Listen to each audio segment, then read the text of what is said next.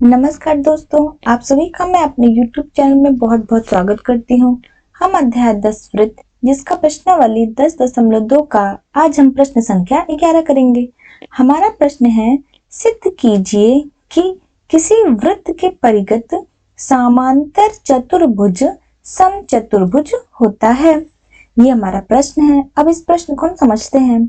हमारे प्रश्न में एक वृत्त दिया गया हुआ है। ये हमारा वृत्त है और उस वृत्त के परिगत यानी उस वृत्त के परिगत चारों तरफ एक समांतर चतुर्भुज है। यानी ये ऐसा चतुर्भुज है जो इस वृत्त को स्पर्श करते हुए जा रहा है। ए बी सी डी हमने समांतर चतुर्भुज माना है और हमें ये सिद्ध करना है कि यही ए बी सी डी हमारा समचतुर्भुज है। हमें पता है कि समांतर चतुर्भुज में सामने की जो भुजाएं होती हैं वो बराबर होती हैं, यानी कि ए बी बराबर सी डी होगा और ए डी बराबर बी सी होगा।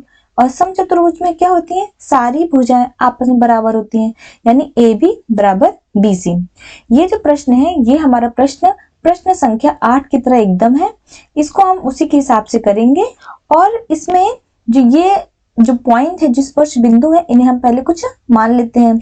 इनको हम मान लेते हैं P, Q, R और S। ये प्रश्न संख्या 8 की तरह है। इसमें वैसे ही स्टेप्स डाले जाएंगे, बस कुछ स्टेप्स यहाँ पे अलग होंगे, बाकी ये सेम टू सेम ही है। तो आइए शुरू करते हैं।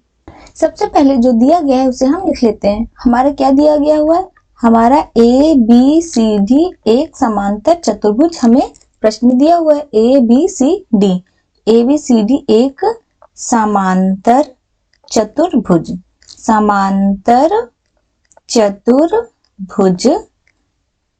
है, ये हमारा दिया हुआ है। और हमें क्या सिद्ध करना है, उसको भी हम लिख लेते हैं। हमें सिद्ध करना है कि ए बी सी डी एक समचतुर्भुज है, हमें ये प्रूफ करना है कि ए बी सी डी हमारा एक समचतुर्भुज है। यानी अर्थात अगर ये समचतुर्भुज है तो इसका मतलब हमारा ए बी, यानी ये ए बी बराबर बी सी बराबर सी डी बराबर ए डी, ए बी बराबर बी सी बराबर सी डी बराबर ए डी, ये हमारे सब आपस में बराबर है।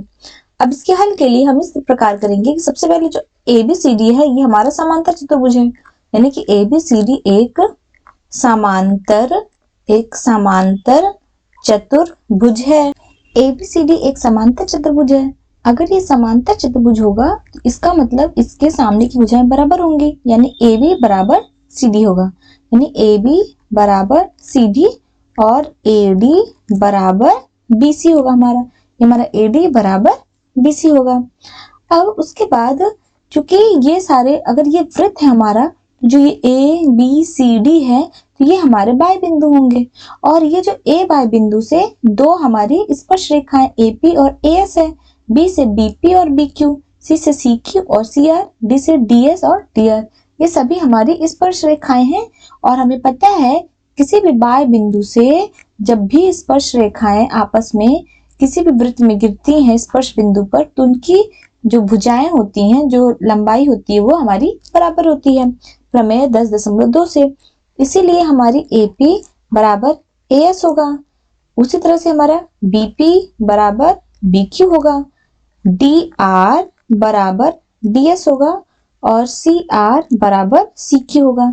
ये AP बराबर AS हो गया, BP बराबर BQ, CQ बराबर CR और DS बराबर हमारा DR होगा। ये सभी हमारा प्रमेय 10.2 से होगा। तो हम इसका रीजन जरूर लिखेंगे। हमारा ये प्रमेय 10.2 से है और हमारा 10.2 प्रमेय क्या कहता है, तो हमारा प्रमेय 10.2 है कि वृत्त के किसी बाह्य बिंदु से खींची गई स्पर्श रेखाओं की लंबाइयां समान होती हैं। इसीलिए हमारा इस बाह्य बिंदु से AP बराबर AS होगा, P बिंदु से BP बराबर BQ, C से CQ बराबर CR और D से DS बराबर DR। जैसे कि ये हमारा AB बराबर CD है, AB बराबर CD, इसीलिए जो AP बराबर AS से BP बराबर BQ, AP और BP को हम एक साइड रखेंगे ताकि ये दोनों मिला के हमारा AB बन जाए। इसीलिए इसको हमने लेफ्ट साइड रखा और इन सबको हमने राइट साइड। इसे हम समीकरण 1 मान लेते हैं, इसे समीकरण 2 मान लेते हैं। ये हो गया हमारा समीकरण 3 और ये हो गया हमारा समीकरण 4। अब इन सभी समीकरण को हम आपस में जोड़ देंगे, यानी कि बाएं के सभी जुड़ जाएंगे और दाएं के हमारे सभी जुड़ जाएंगे। यानी समीकरण 1 + 2 + 3 + 4 इन सभी को हम आपस में जोड़ देंगे तो हमारा क्या हो जाएगा, AP + BP, यानी हमारा हो जाएगा यहाँ पे AP + BP + DR + CR। हमने यहाँ पे DR CR इनको एक साइड जोड़ दिया, अब इनको एक साइड जोड़ देंगे तो ये हमारा क्या हो जाएगा, ये बराबर AS + BQ + CQ + DS। अब चूंकि AP और BP, हमारा AP और BP मिलाकर क्या हो गया, हमारा AB हो जाएगा। DR + CR ये दोनों मिला क्या हो जाएंगे, हमारे CD हो जाएंगे। और यहाँ पे हमारा AS और DS मिलाकर AD होगा। चूंकि AS हमारा यहाँ है और DS हमारा यहाँ है तो इनको हम एक साइड रख लेंगे। और BQ और CQ मिलाकर हमारा क्या हो जाएगा, ये दोनों हमारा हो जाएगा BA BC हो जाएगा। इसी को हम यहाँ पे लिख लेते हैं तो हमारा AP + BP क्या बन गया, हमारा AB हो गया, इसकी जगह पे AB प्लस DR और CR मिलकर क्या हो गया, हमारा CD बराबर AS और DS को हम एक साइड लिख लेते हैं, AS + DS प्लस, और इन दोनों को हम BQ + CQ को एक साइड लिख लेते हैं बराबर AB + CD बराबर AS और DS हमारा क्या था, AD हो गया था, ये दोनों मिलके हमारा AD हो गया प्लस BQ और CQ मिलके क्या हो गया, हमारे BC बन गया, ये हमारा BC हो गया। अब ये दोनों हमारे बराबर हो जाते हैं। अब अगर हमें पता है कि चूंकि AB और CD, अगर आप यहाँ देखेंगे चूंकि AB बराबर CD है और AD बराबर BC है, यानी AB CD के बराबर है, AB CD के बराबर है। हमें क्या करना होता है समचतुर्भुज में कि AB और BC को अगर हम आपस में बराबर दिखा दें, यानी सामने की बगल बगल की दोनों भुजाएं अगर हम आपस में बराबर दिखा देते हैं तो सभी भुजाएं आपस में बराबर हो जाएंगी, क्योंकि AB CD के बराबर है। और अगर हमने AB BC के बराबर प्रूफ कर दिया तो AB BC CD और AD सब आपस में हमारी बराबर हो जाएंगी। तो पीछे हमने पता है कि ABCD हमारा समांतर चतुर्भुज है, इसलिए AB और CD हमारा बराबर है। AB को हम AB लिख देते हैं, यानी AB प्लस इस CD की जगह भी हम AB लिख देते हैं, इसकी जगह भी हम AB लिख देते हैं बराबर।